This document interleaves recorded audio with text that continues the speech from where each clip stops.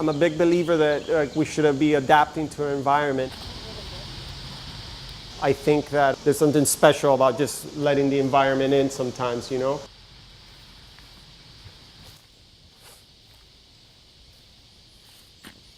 I remember walking out and looking at the yard and just realizing like, oh my God, the land is calling for this linear design. And I was extremely taken with container structures.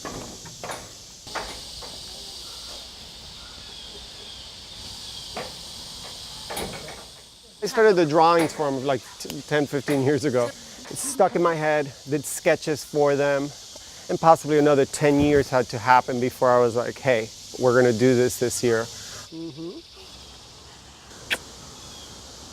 I like the efficiency of the container.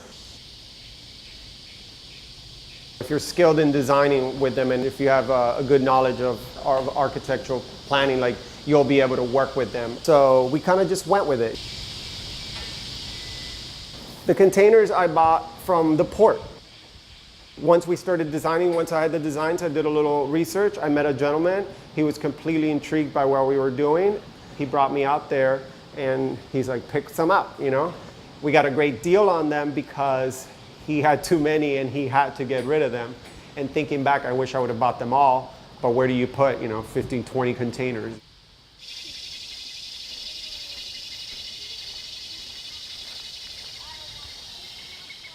Bringing them into this space was a difficult task because we didn't want to bother the environment, so no trees were removed. So the installation and delivery was kind of a logistic nightmare. The site is definitely going to predict a lot of the logistics of that delivery. Ideally, you want to stay away from having to use a crane, but that creates challenges. I'm like, okay, so if you're not going to use a crane, how are you going to deliver? Again, because I didn't want to remove trees, so that becomes a bit of a challenge. You had unpredicted things like weather, where I remember that one of those weeks, it rained like for 2 weeks straight in Savannah, and like this whole area was soaking. We're like, oh great, so now the ground is sinking, and how do we do that? I mean, at that point we had our foundation ready to receive the structure, but because it had rained so much, the weight of the truck came down and it was literally 1.5 inches too low below the foundation. So we ended up having to lift and slide them off. But we were prepared for it. We had the jacks and we had the pipes and we had the chains. So when it happened, we were like, okay. We handled it, we got it up and running. It was great. Basically, the design, I wanted to make sure that we kept the container aspect of it. I did not want to lose any of the original. I've seen a lot of projects where they get cladded out and it loses the feel of what they are. And most people tend to hide the container. They'll use it as a structural element and then they hide the original design of it. But for us, it was the opposite. I was like, I want to embrace that. I want to show that off, We wanted them to have kind of this elevated feel. Everything's up off the ground and has that floating feel to it. Was there a reason for that because of flooding or?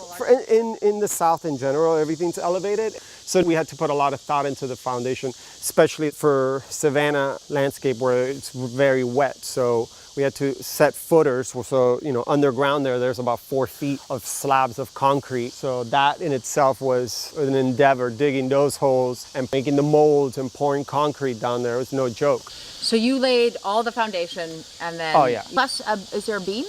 Yeah, and then there's an I-beam that transfers all the weight. Nothing touches the ground because of this site. There's 2 container structures. A single container by itself doesn't offer you much space, so I knew that I would need 2.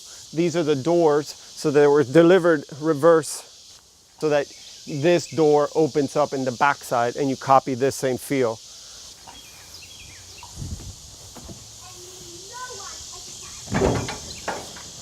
It's really important for me for the designs to function. There's nothing worse than feeling like you're inside of a container, so that in the design we had to address that. I've been in a couple of projects that are really attractive, but they don't function very well, and then you're like, well, I still feel that I'm in a metal box. If the final user has that feeling, like it was not a successful project. That's great. It's so light in here.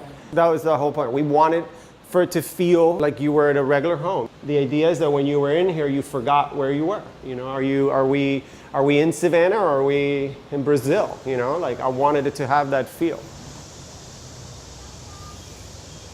Interior, we removed about 27 feet of container of the 40 feet. We kind of gave it some additional height, which gives it more of an open feel in here, and then brought in all the skylights.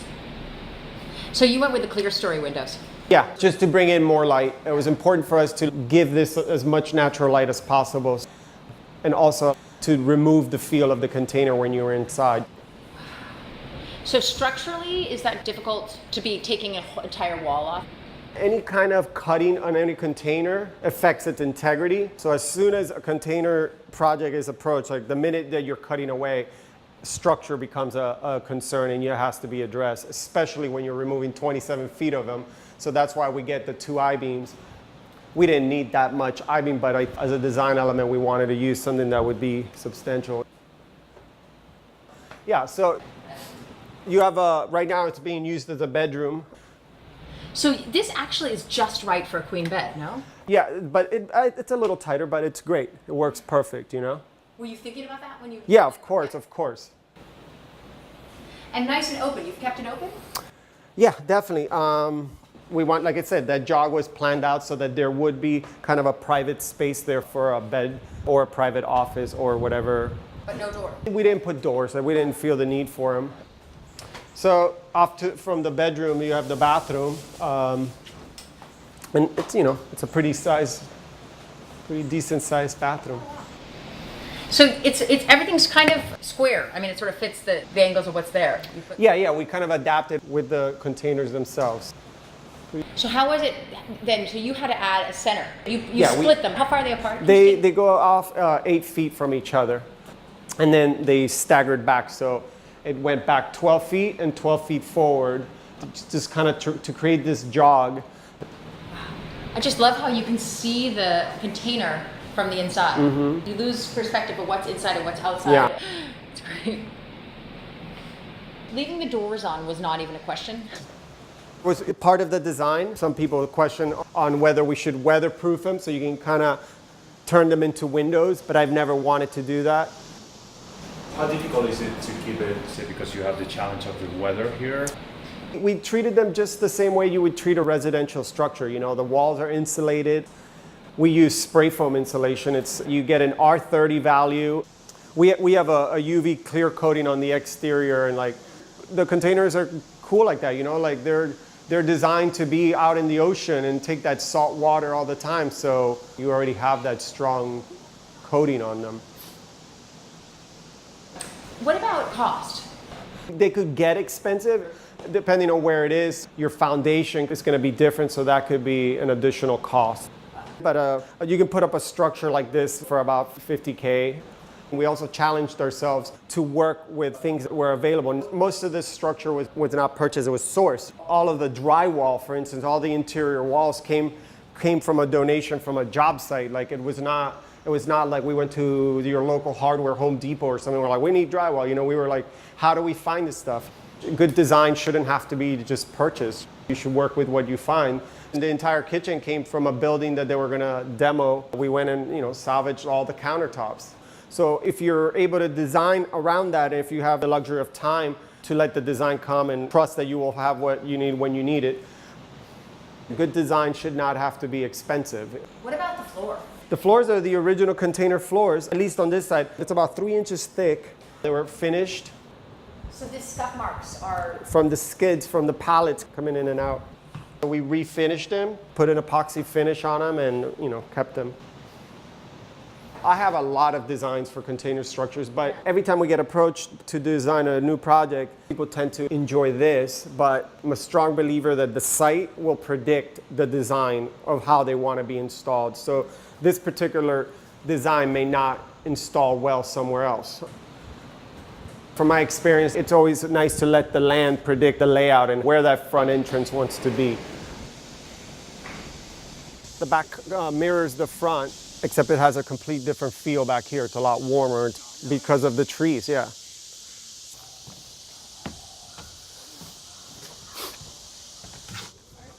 There's a big myth that containers are it's cheap and anybody could do it. I do know that anybody could do it. You know, like our studio creates plants that are almost do-it-yourself plants. But I always tell people, like, when you're embarking, you know, you're building yourself a structure, your house, you know. So there is a lot of concerns, you know, engineer and architectural. Like you want to know that it's going to be safe and that it's going to install correctly. You see them as a minimum denominator of some sort of modular architecture, like Lego for grown-ups. When we're designing with them, you can kind of treat them like that. But it's really important for me for the designs to like function, you know, so you should not feel that you're in a metal box if you're in a metal box. Like it's not attractive, you know.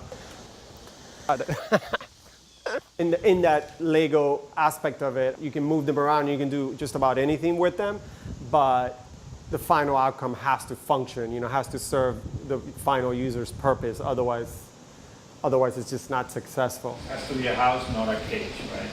It has to be a home, not a cage. Yeah, it's a good way to put it.